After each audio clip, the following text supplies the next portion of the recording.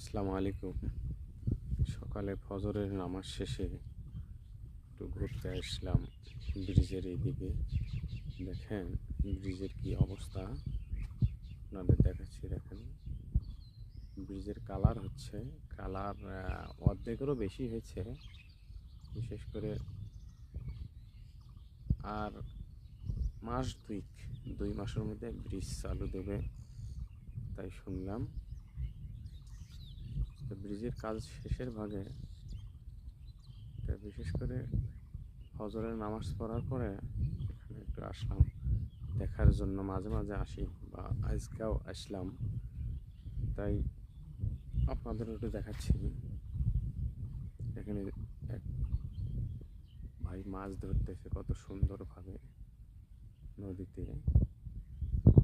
আর এটা হলো ব্রিজ, আর এটা হচ্ছে এইদিকে ব্লক দিচ্ছে যাতে ভাঙতে না পারে। আর এটা হলো পূর্ব সাইড। সবাইকে আবারও সালাম শেষ করছি।